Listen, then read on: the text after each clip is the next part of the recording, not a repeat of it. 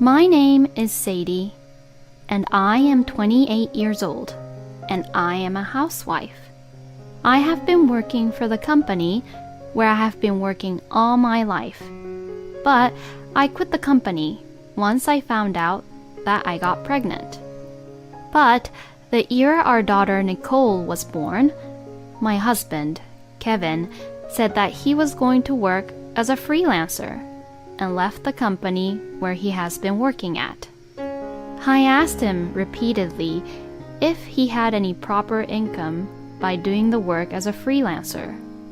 But every time I asked him, he kept on assuring me by saying, "Oh, don't worry, working as a freelance is much better than being an unrewarding company employee."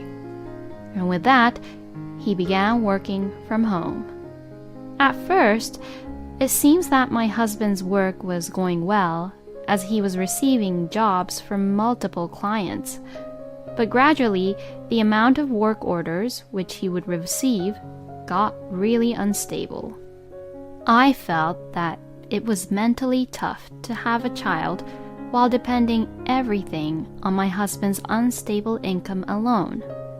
So, when our daughter turned 2 years old, I asked the company I had left to allow me to return to work as at least a part-time worker so that I can work shorter hours.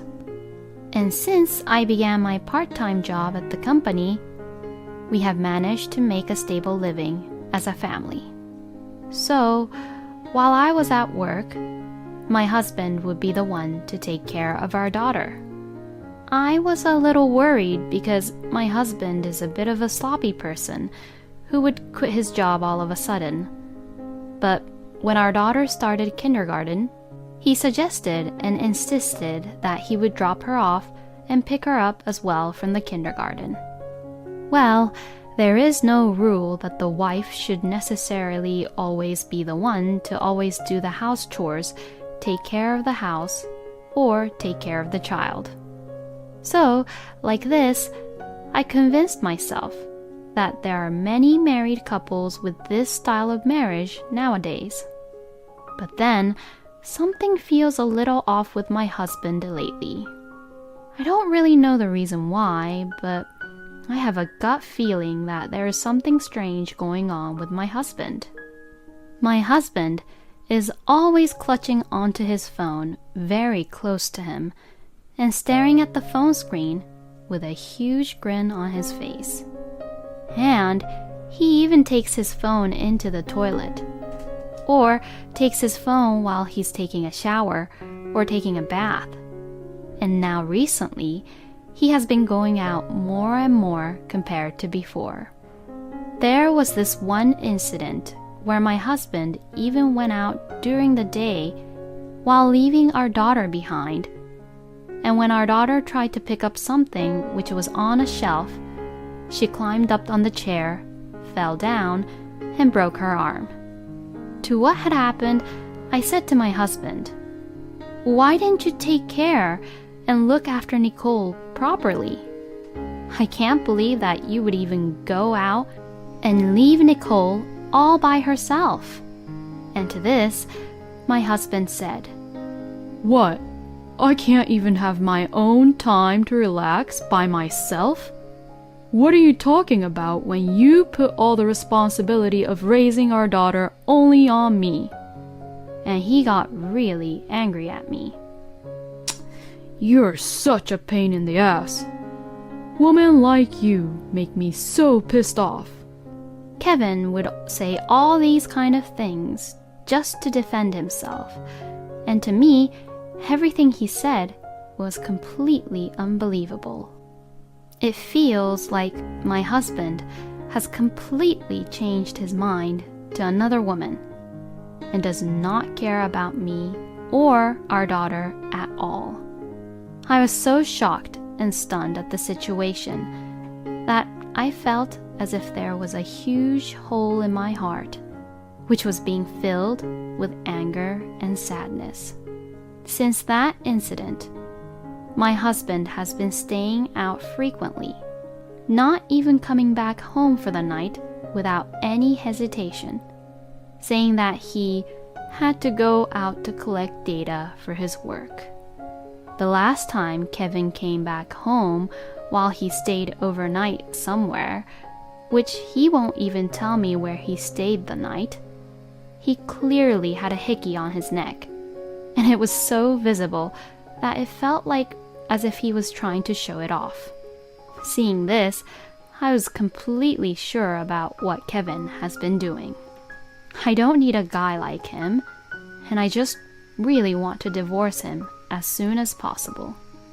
If Kevin keeps on treating me like that, he probably thinks of me as just his ATM, where he can just get money off from.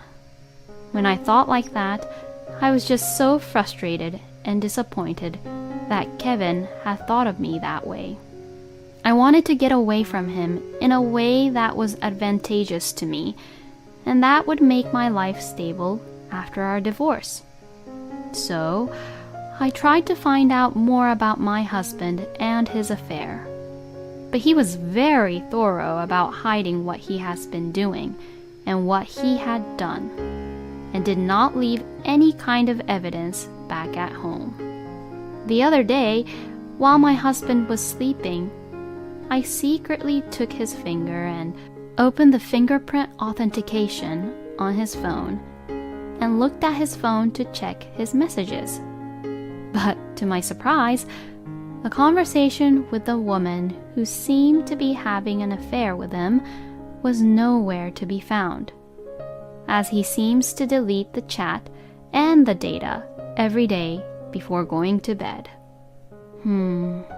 What should I do? While I was being troubled with no chance to get proof of my husband's affair, at an unexpected moment, I finally learned the whole truth about his affair. One day, suddenly, in the middle of the night, my phone rang. And that call was from the police. I had asked the police what had happened, and after hearing the police's story, it seemed that my husband had been in a car accident. My husband had rented a car, and he was the one who had caused the car accident.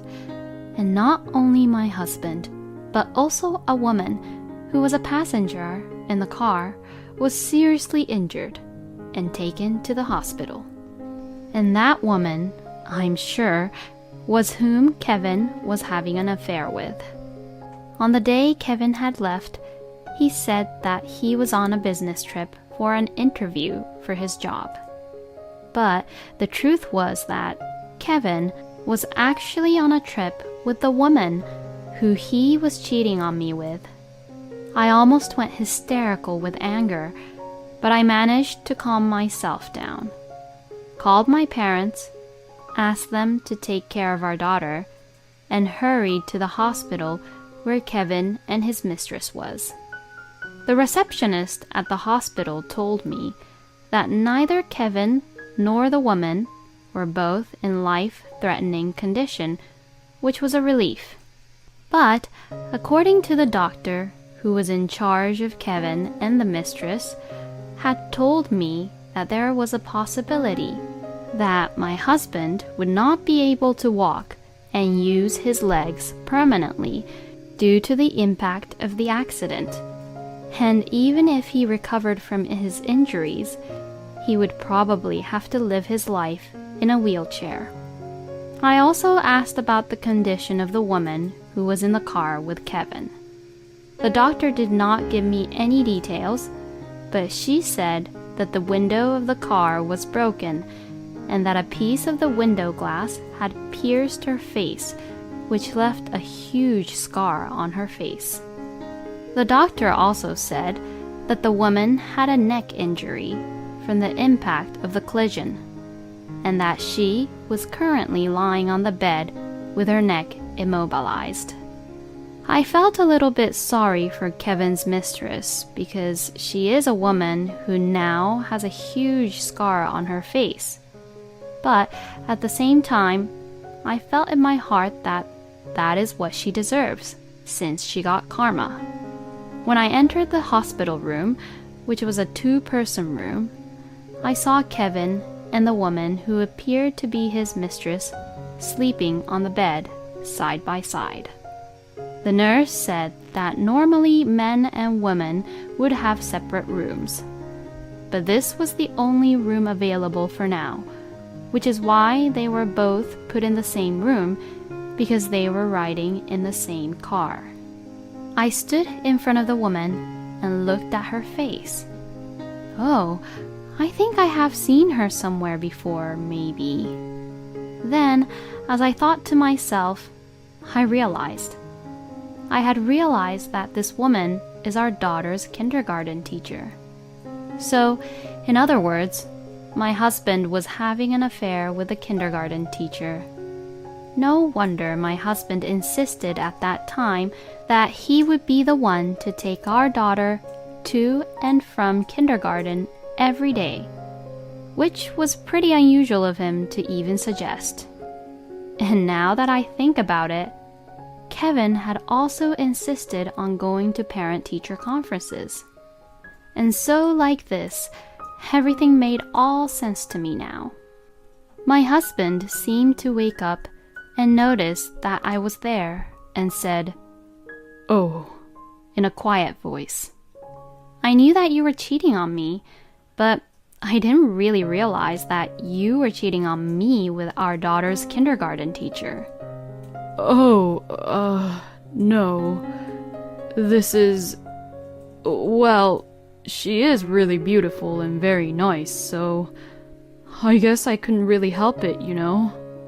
My husband looked really weak as he said this, which was unlike his usual attitude and tone, probably because the doctor had already informed him that he had to live his life in a wheelchair from now on. "I can't keep on going on doing this with you anymore. Let's just get a divorce." Hey, no, wait a minute. I only just lost myself for a moment, you know, and I won't do this ever again. No, I'm sorry, but this is not acceptable. You'd say that you wouldn't do it again, but doing it even once is just completely unacceptable. No way. You heard everything from my doctor, didn't you? That I'm going to be in a wheelchair my whole life from now on. Yes, so? What do you mean, so? What the hell are you talking about? You should at least take care of me. And why should I even do that for you? Why should I, who got cheated on by you with another woman behind my back, have to take care of you? That's because I'm the one who's been providing for you and our daughter this whole time. Excuse me? It's because I began to do my part-time job, we're able to make ends meet and live decently like we have been all this time. Kevin, we can't depend on your income alone because it was too unstable.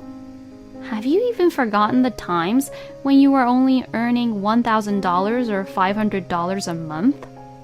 Well, that's... Anyway, I have definitely set my mind on getting a divorce from you. I'll even request for alimony from you. Oh, you must be crazy. You're just the worst human being ever. And who do you think is the worst human being? You were the one who left our daughter behind all alone by herself so that you could have an affair with that woman. The mistress, who was beside Kevin, was crying out in pain when she was first brought in, and since she was giving a very strong anesthetic, she's now sleeping deeply even when Kevin and I were arguing loudly. Anyways, let's just communicate through our lawyers about what and how we are going to proceed about this.